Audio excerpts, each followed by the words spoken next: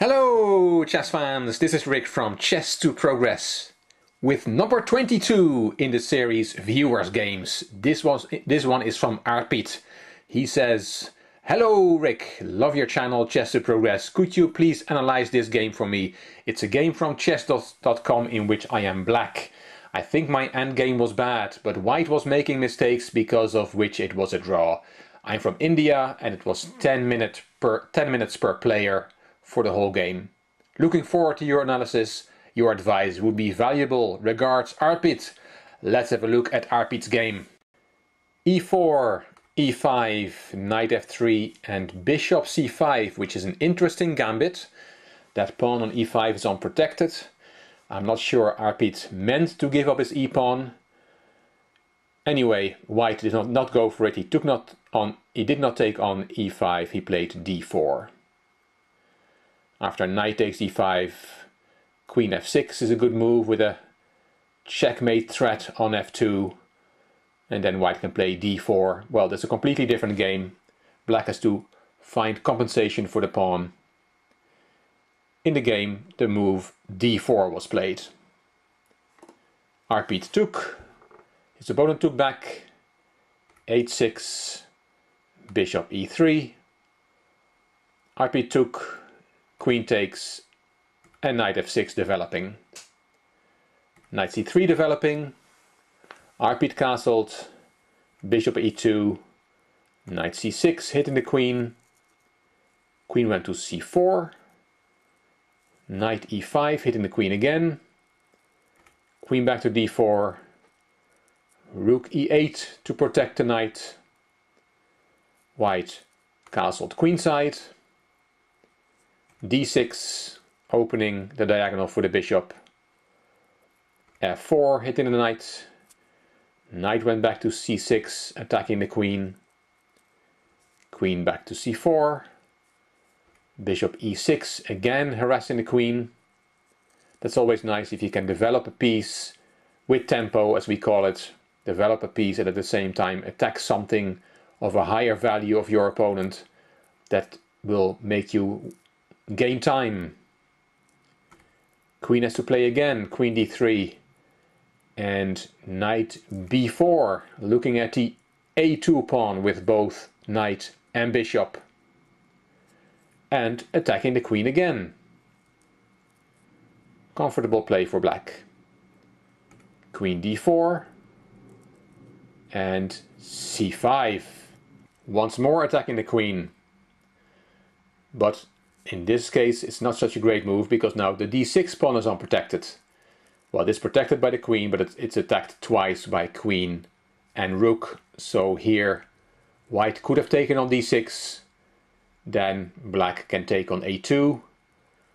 But white decided to play the queen back to d2.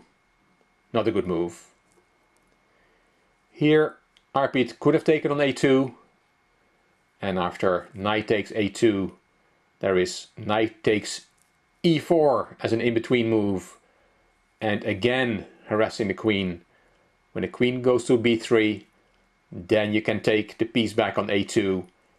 And then your knight on e4 is protected by the rook on e8. And Arpit has won material. This was a good option, but Arpit decided to play queen b6 instead. f5 from white, not a good move. Attacking the bishop doesn't bother black because he took on a2 now, good move. And knight takes a2. Bishop takes a2. Black has won a pawn and the e4 pawn will fall as well. b3 from white, trying to trap the bishop. Arpit took on e4, good move. Attacking the queen, queen went to d3. The knight is protected by the rook on e8. And here a very strong move would have been a5. And if white then goes after that trapped bishop with king b2, there is a4. And you cannot take the bishop because of a takes b3 check. And with the queen and rook close by and also the knight, white will very quickly get checkmated here. Instead of a5, Arpit played queen a5, also not a bad move. King b2 and b5. Rook a1, still trying to take that trapped bishop. c4, hitting the queen again. Rook takes a2, and now Arpit made a mistake. Of course you have to take on a2 here, and after king takes a2 you take the queen, and after bishop takes d3 you have a much better position, you're just material up. Black is an exchange and a pawn up. But Arpit made the very strange move c3 check, and after king b1 he played queen b4, and he has just lost that bishop on a2 for nothing. White is now a piece up for the 2 pawns he lost before. Bishop f3, knight d2 check, bishop takes d2, c takes d2, and that pawn looks very dangerous, but it is not really. You have to play rook d1, and if then black plays rook e1 and it looks very scary, you just play king b2. The rook on d1 is protected by the bishop, and the d2 pawn will fall very soon. Instead of rook d1 keeping the d2 pawn in check, white played bishop e2, and that was a mistake. Arpit did not find the refutation of this move. He should have played queen e4 here, and white cannot take the pawn because the bishop on e2 is hanging. And if you swap the queens, queen takes, rook takes, and bishop d3, then there is rook e1 check, and black is winning. On the next move, the pawn will queen. So queen e4 was very strong, not an easy move to find. Arpit played rook e5 instead. And now white played the right move, rook d1, a5.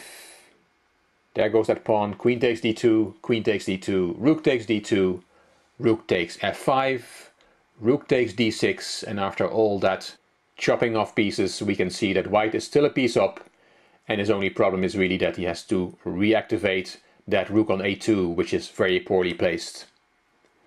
Game went on, rook f2, c3, rook takes g2, bishop takes b5, rook g1 check, king b2, a4, rook takes a4. It would probably have made more sense to take with the bishop, because then white will not lose the h-pawn. After bishop takes a4, rook g2 check, king a3, then the h-pawn is protected and white has reactivated his rook. But rook takes a4 also reactivates the rook. Rook g2 check, king a3, and Arpit swapped the rooks, rook takes, bishop takes, and g5. Rook takes h6, g4, rook h4, f5, and here white played rook h5. White is a piece up, but it looks a bit dangerous with those black pawns rolling down the board. And that's where you really have to make sure you use all your pieces. That bishop on a4 is not doing anything, and here bishop d7 is a very good move, and white is able to keep the black pawns under control. For example, rook f2, then rook h5. It will pick up one of the pawns, which will make the other pawn much less strong. But white played rook h5, not giving the win away, but it makes it more difficult. f4, b4, yes, white has to make sure he starts to run with his own pawn. f3, bishop b3 check, king g7, rook f5, f2, b5, king g6, rook f4, king g5. Black gets the king now closer to the action. Rook f8, rook takes pawn, and bishop c4. White is still winning, but he's making it more difficult for himself. He could have pushed the b pawn further, b6, and let me show you a variation. If now black Arpit also pushes his pawn g3, b7, g2, then it's white who comes first. b8 queen, g1 queen, and there is a mate in 3 moves. Queen f4 check, king g6, bishop c2 check, king h5, and rook h8 is checkmate.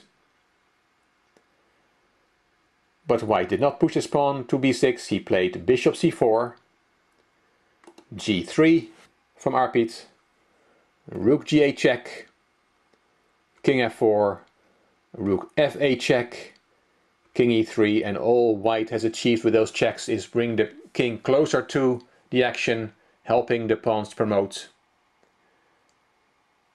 b6, correct move, g2, b7, g1 queen, and rook e8 check, king d2, and now white is still winning, but he has made it difficult for himself. The only move that wins here is rook e2 check, because after king takes c3, then white can promote, and queen a1 check can be answered by rook a2, shielding the check. That's why the rook had to come down to the second rank. But white did not play rook e2 check, he promoted immediately b8 queen, and now the tables are turned. Now black is winning. Queen a1 check, very strong move. Bishop a2 would not have helped because of queen takes c3 check, and to avoid being checkmated you have to interpose the queen. Queen takes, bishop takes, and black gets another queen and has a lot of extra material. King b4 was played in the game. Queen takes c3, check, king c5, rook h5 check, king d6, queen d4 check, king e7, rook h7 check, bishop interposes, and now that the bishop has been deflected from covering the f1 square, black could have promoted, but he kept giving checks, queen h4 check, king f8, and now he has a mate in 2. He could have played rook h8 check, king g7, and queen h6 is checkmate. And if it's instead of king g7, white would have played bishop g8, then queen f6 is a nice checkmate. Arpit played a very understandable move. He played rook takes f7 check, king takes, and only then he queened his pawn. With 2 queens against queen and rook, Arpit is winning. Very unusual endgame like this, with 1 promoted queen, only heavy pieces left and no pawns. Of course the kings are very vulnerable, so it's not so easy to win, but Arpit played it well.